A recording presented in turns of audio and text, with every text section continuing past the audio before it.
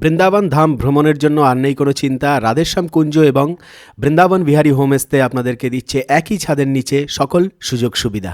এখানের প্রতিটা রুমই পরিষ্কার পরিচ্ছন্ন এবং রুচিসম্মত। প্রতিটা রুমেই অ্যাটাচ বাথরুম, গিজার, কমোড এবং পরিষ্কার পরিচ্ছন্নতার কোনো কমই নেই। আরও থাকছে বাঙালিদের রুচিসম্মত প্রসাদের ব্যবস্থা, ব্রেকফাস্ট, লাঞ্চ, ডিনার। আরও রয়েছে প্যাকেজ ট্যুর, সব ধরনের গাড়ি পরিষেবা, 84 কোরস পরিক্রমা, সাইট সিনের সুব্যবস্থা ইত্যাদি। স্ক্রিনে দেওয়া নাম্বারের সাথে অবশ্যই যোগাযোগ করবেন, হোয়াটসঅ্যাপ করবেন। ভাবা যায় এ কেমন মা, কেন নিজের সন্তানকে এভাবে নদীতে ভাসিয়ে দিলেন?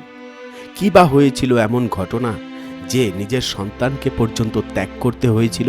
কি করুণ পরিণতি হয়েছিল সেই সন্তানটির, যে সন্তানটি ভাসতে ভাসতে গিয়ে ওঠে আরেক স্থানে? সেই নিয়েই বিশাল বড় যুদ্ধ এবং মহাভারতের কথা। হ্যাঁ, আজকে আমরা মহাভারতে প্রবেশ করব। এই ভিডিওটির মাধ্যমে দর্শন করব মহাভারতের সেই লীলার স্থান, যেখানে রয়েছে এই ঘটনার সাক্ষী, যেখানে নির্মম পরিহাস আর বীর যোদ্ধাদের পরাক্রম যা দিয়ে গিয়েছে আমাদের গীতার উপদেশ। এবং দর্শন করব সেই মাটি যেখানে অনন্ত অনন্ত যোদ্ধাদের অন্তিমকালে করুণ হাহাকার, যেখানে শুধু রক্তের দাগ ছাড়া আর কিছুই পাওয়া যায়নি।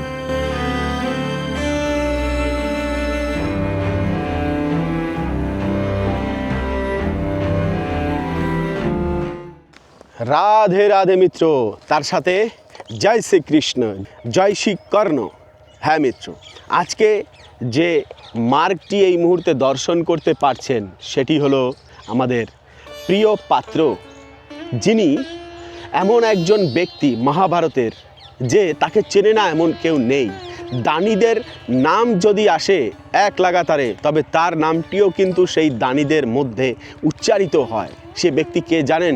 যিনি জন্ম থেকে দুঃখী মিত্র, কিন্তু এমন এক মিত্র পেয়েছিলেন, সেই মিত্র তাকে রাজা বানিয়েছিলেন। হ্যাঁ, এবং সবার থেকে আলাদা, সবাই সবসময় তাকে খোঁটা দিতেন এই পাত্রকে, যে তুমি শূদ্রপুত্র, তুমি রাজা নাও, তুমি ক্ষত্রিয় না। অথচ উনি ছিলেন সূর্যপুত্র, শূদ্রপুত্র নয়। হ্যাঁ, ভগবান বেদব্যাস যখন আশীর্বাদ দেন কুন্তী দেবীকে, যে তুমি যখন যে দেবতাকে আহ্বান করবে তখন সঙ্গে সঙ্গে তিনি প্রকট হয়ে যাবে। একদিন মহলের ব্যালকনিতে দাঁড়িয়ে মনে মনে ভাবলেন যে আজকে দেখি না যে কোনো দেবতাকে আহ্বান করে সত্যি আসে কি না। হ্যাঁ, সেদিনকারে আহ্বান করেছিলেন কুন্তী দেবী সূর্য দেবতাকে, এবং সঙ্গে সঙ্গে প্রকট হয়ে গিয়েছিলেন। আর প্রকট হয়ে যখন কুন্তী দেবীকে বললেন কি বর চাই বলো, তখন কুন্তী দেবী বললেন আমার তো কিছুই চাই না। দেখুন কৃষ্ণ ভক্তের স্বভাব, আমরা হলে কি বলতাম? টাকা পয়সা, বাড়ি গাড়ি, কি না চাই সব কিছুই, কেন কি কামনা বাসনায় জর্জরিত। আর কুন্তী মাতার হৃদয় শুদ্ধ, তাই তো অমন সুন্দর পঞ্চ পাণ্ডব তার ঘরে এসেছেন, তাই না? তো তখন বললেন কিছুই আমার চাই না। কিন্তু সূর্যদেব, দেবতা আদি, তাদের এই একটা ধর্ম রয়েছে। তারা বললেন দেখো, আমরা কখনো প্রকট হয়ে কারোকে কিছু না দিয়ে ফেরত যাই না, তোমাকেও দেব। তখন একটি সন্তান উপহার দেন, আর সেই সন্তানটি ওনার কোলে দিয়ে উনি চলে যান। কিন্তু আমাদের কুন্তী মাতা তখন অবিবাহিত, বিবাহ তার হয়নি। সেই সময় ভাবলেন যদি এই অবস্থায় আমি মহলের সবাইয়ের কাছে যাই তাহলে আমার কি থাকবে, আমার কি পরিচয় দাঁড়াবে, সবাই আমাকে কি বলবে।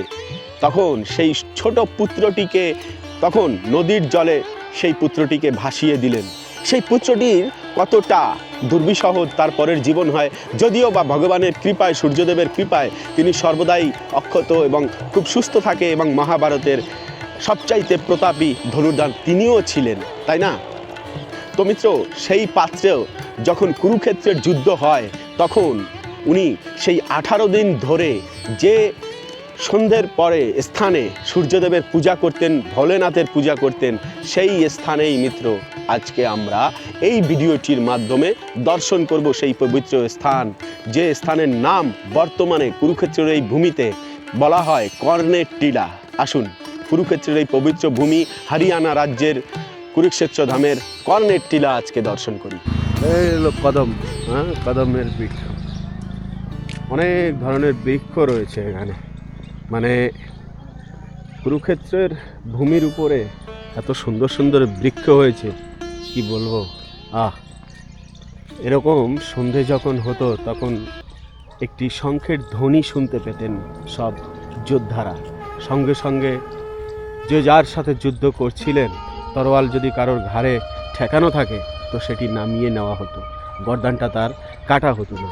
তীর ধনুকে একত্রিত করে মারবে, মন্ত্র আধা বলা হয়েছে, শঙ্খের ধ্বনি শোনা মাত্র সেই তীর আর নিক্ষেপ করতেন না। কেন? কেন কি যুদ্ধ বিরতি হতো, সূর্য অস্ত যদি যেত সেই সময়। তো সেই সময়ই আমাদের প্রিয় কর্ণ উনি কিন্তু এখানের একটি টিলার উপরে উঠতেন। টিলার উপরে ওনার শিবির ছিল, সেই শিবিরেই উনি তপস্যা করতেন যে কয়দিন এই কুরুক্ষেত্রের যুদ্ধ চলে। তো আজকে এই স্থানে এসে খুব ভালো লাগছে, কেন সময়টি খুব উপযুক্ত সময়। হ্যাঁ, এরকম সময় তো আর সব সময় হয় না। মানে এই যে বর্তমানে ওয়েদার, না তো ঠান্ডা না তো গরম, হ্যাঁ, এই সময়টিতে আসা মুশকিল। এর আগে যখন এসেছিলাম তখন মিত্র আগস্ট মাস, বৃষ্টির সময়, আর এখন আবার আসলাম সে সময় যদিও বা অনেক ফুল এবং বৃক্ষগুলি খুব সুন্দরভাবে ফুটে উঠেছিল সেই সময়। তো দেখুন, যে ভূমিতে একটি সময় যুধিষ্ঠির মহারাজ বিরাজমান ছিলেন, এই কুরুক্ষেত্রের ভূমি, সেই ভূমিতে বর্তমানে এক জীবও রয়েছে। ইনিই কি গিয়েছিলেন নাকি দেখুন যুধিষ্ঠির মহারাজের সাথে সেই স্বর্গে, তাই না, ধর্মরাজ হয়ে? তো যাই হোক, অপূর্ব সুন্দর আমাদের শান্তময় এই কুরুক্ষেত্র ভূমি। যদিও বা সেই সময় শুধু এখানে হাহাকার, হই হই, রই রই, মার কাটের শব্দ ছাড়া আর কিছুই শোনা যায়নি কুরুক্ষেত্রের ভূমিতে। আজকে এই কুরুক্ষেত্রের ভূমি সাদা হয়ে আছে, এখন আর লাল নেই। তার মানে হলো এখন শান্তি বিরাজ করছে। চলুন সেই শান্তি বিরাজ করার স্থানে আমরা দর্শন করে আসি আমাদের প্রিয় পাত্র মহাভারতের কর্ণের সেই তপস্যার স্থলীটি। এখন মূল কথা হলো আমাদের কর্ণের, উনি এত বড় দানী, চিন্তা করুন, হ্যাঁ, শেষ সময়েও কিন্তু উনি দান দিতে ছাড়েননি। হ্যাঁ, ওনাকে লুটেনি এমন কে ছিল বলুন? সে ভক্ত হোক কিংবা অভক্ত হোক। মাতা কুন্তী যখন জানলেন যে কর্ণের কাছে এত বড় বাণ রয়েছে, এত বড় বড় বিশাল বাণ রয়েছে, এই বাণের আঘাতে নিশ্চয়ই আমাদের পাণ্ডবদের মৃত্যু হবে, তখন অবশেষে মাতা কুন্তীও গিয়ে হাত পাতলেন তার কাছে, ভিক্ষার ঝুলি পাতলেন যে হে পুত্র, তুমি তো আমার পুত্র, এই পাণ্ডবেরা তোমার ভাই, তোমার অনুজ, অতএব তুমি তাদের জন্য কিছু করবে না? কি চাই মাতে? তখন বললেন, তোমার যে একটি বাণ রাখা হয়েছে, যে বাণটি রেখেছো পাণ্ডবদের ধ্বংস করার জন্য, সেই বাণটি আমাকে দান দাও। চিন্তা করুন, ওই একটা বাণ সম্বল ছিল লাস্টে, সেটাও নিয়ে আসলেন। তো একে বলে দানী। কিন্তু এত বড় বীর দানী হয়েও প্রবলেম কি জানেন? শুধু একটাই প্রবলেম, উনি অধর্মের স্বাদ দিয়েছিলেন। এটাই হলো সবচাইতে বড় প্রবলেম। অধর্মের স্বাদ দিয়ে কেউ কখনো জিততে পারে না। মহাভারতের পাত্র হলেও তার রক্ষা নেই। তো আজকে দেখুন, টিলা আসলে আগের থেকে অনেক পরিবর্তন হয়ে গেছে, যেন চিনতে পারি না এরকম একটা অবস্থা। বহুদিন আগে, মানে প্রায় 2 বছর আগে এসেছিলাম, আর আজকে আসলাম। এখানে মহারাজেরা থাকেন, একটি ফ্যামিলিও থাকে, এবং এই মন্দিরে পুজো অর্চনা হয়। এটি হলো মা কালীর মন্দির মিত্র। কুরুক্ষেত্রের ভূমিতে মা কালীর মন্দির দর্শন করুন। হ্যাঁ, ভাবা যায় যে এমন একটা পবিত্র স্থানে, হ্যাঁ, মা কালীর আশীর্বাদও নিয়ে যুদ্ধ হয়। হ্যাঁ, তো এই হলো মা কালীর মন্দির। জয় মা কালী। আচ্ছা, কেন কি দেখুন, ভগবান যেখানে, যার লীলা যেখানে থাকে, সেখানে তার ভক্তদের মন্দির তো অবশ্যই থাকবে। আমাদের মা কালী, উনিও কিন্তু ভক্ত। কার ভক্ত? ভগবানের ভক্ত, ভগবান শ্রীকৃষ্ণের ভক্ত। তো মিত্র, আজকে এমন একটি পবিত্র দিনেও আমরা ভোলেনাথের দর্শন পেলাম। হ্যাঁ, ভাগ্য কি কম আমাদের বলুন? কুরুক্ষেত্রের মতো ভূমিতে, এবং তাও আবার কর্ণের এই টিলায়, ভোলেনাথের দর্শন করলাম। অতি সুন্দর আমাদের প্রভু শিব ভোলেনাথ। সত্যম শিবম সুন্দরম, সত্যম শিবম সুন্দরম, সুন্দরম सुंदरम। सत्य ही शिव है, शिव ही सत्य है, शिव ही सुंदर है। सत्यम शिवम सुंदरम, सत्यम शिवम सुंदरम, सुंदरम सुंदरम।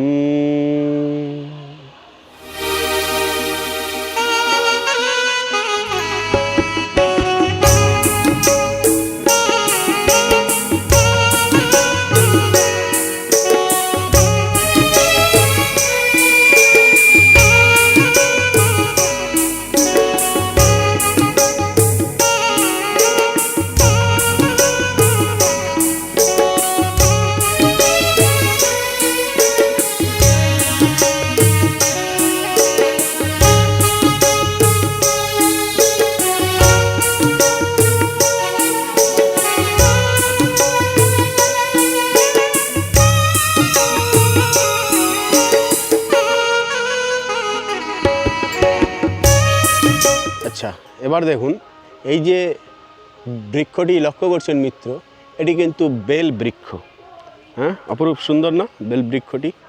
হ্যাঁ, এবার চলুন, ভোলেনাথের আশীর্বাদ তো নিয়ে ফেলেছি, এবার নেব হলো আমরা কর্ণের আশীর্বাদ। হ্যাঁ, উনি যে দানি, হ্যাঁ, ওনার কাছ থেকে একটা জিনিস আমাদের শিক্ষা নেওয়া উচিত। জানেন, শিক্ষা তো অনেক কিছু নেওয়ার আছে, শুধু একটা নয়। তবে একটা কথা বলি, উনি একসময় দান করছিলেন, দান করতে করতে না এক ব্রাহ্মণকে দেখুন বাঁ হাত দিয়ে দান করে ফেলেছেন।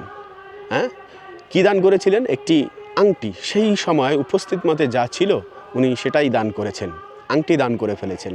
কিন্তু তখন পাশে এক মন্ত্রী প্রশ্ন করলেন, প্রভু আপনি তো চাইলে ডান হাত দিয়ে দান করতে পারতেন, কিন্তু আপনি বাম হাত দিয়ে কেন দান করলেন? এটা কি করা ঠিক হয়েছে? ব্রাহ্মণকে বাম হাত দিয়ে দান। তখন ব্রাহ্মণও দাঁড়িয়ে দাঁড়িয়ে সেই কথাটি শুনছিলেন। হ্যাঁ, এবং বললেন যে দেখো, আমাদের মনের কোনো ঠিক নেই। আমি এই ডান হাত দিয়ে বা বাম হাত দিয়ে আংটিটা ডান হাতে নিতে নিতে হয়তো আমার মনের পরিবর্তনও হয়ে যেতে পারে। তাই আমি সেই সময়টা মনকে আমি না দিয়ে বাম হাত দিয়েই সঙ্গে সঙ্গে দান করে দিলাম। আর দান করা জিনিস কখনো ফেরত নেওয়া সম্ভব হয় না। আমি দান করতে কেনই বা এই ভুলটি করব? তো মিত্র, এটা দিয়ে আমরা কি শিক্ষা পেলাম? শিক্ষাটা হলো এই যে আমরাও দান করব, কিন্তু দানের পরে কখনো ভাববো না পরিণতি কি হবে। কিন্তু আজ আমরা মন্দিরে দেখতে পাই অনেক খুচরা পয়সা, ছেঁড়া টাকা, বুড়ি বুড়ি। কেন জানেন? কেন কি 10 টাকা পকেট থেকে বের করতেও অন্ততপক্ষে 10 বার ভাবি যে 10 টাকা দেবো নাকি দেবো না, দেবো নাকি দেবো না। মানে 10 টাকা না হোক, সেটা 1000 টাকা হোক, 500 টাকা হোক, বর্তমানের সময়ের অনুসারে, তাই না? সেটা দেবো কি দেবো না।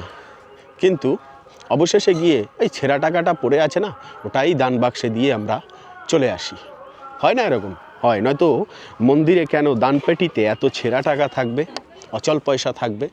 তো যাই হোক মিত্র, ইতিকথা এটাই, দান করার জন্য কখনো ভাবতে নেই। মহারাজ কর্ণের কাছ থেকে এটা শিখতে হয়। আর দেখুন কত সুন্দর এখানে ওনারা শান্তিতে বসবাস করে। হ্যাঁ, রাত কিন্তু হয়ে গিয়েছে।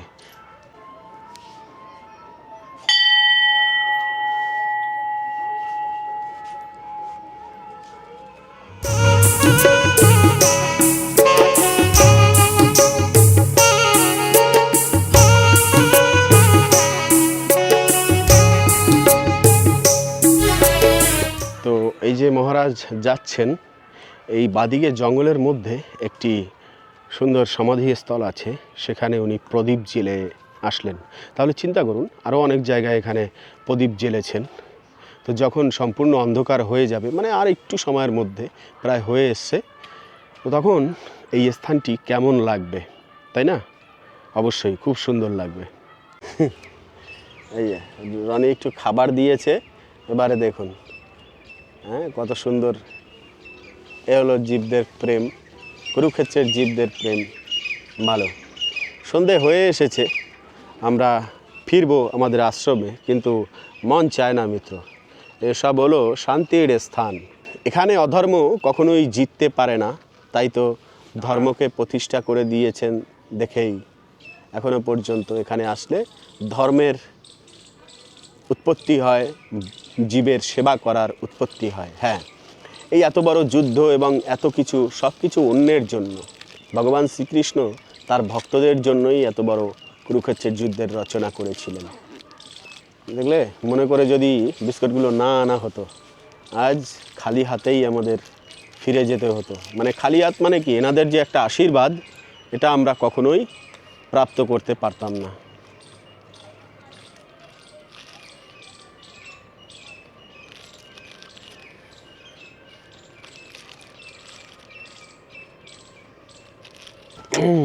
এখন আমরা যাব আবার সেই আরেকটি স্থানে যাওয়ার চিন্তাভাবনা করেছিলাম।